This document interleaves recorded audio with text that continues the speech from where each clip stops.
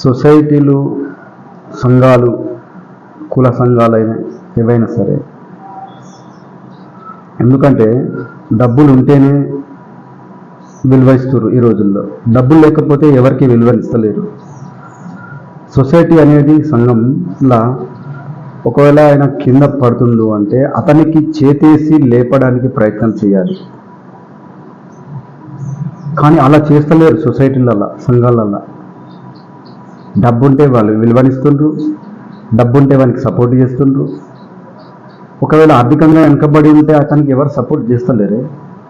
సమాజం అలా ఉండకూడదు. సమాజంలో మార్పు రావాలి.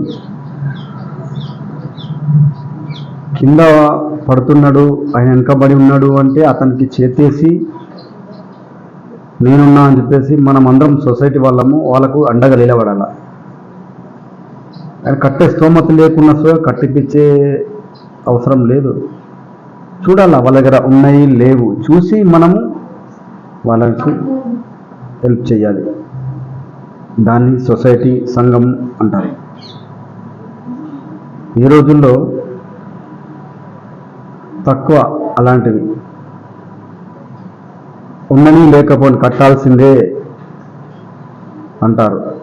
అది కాదే.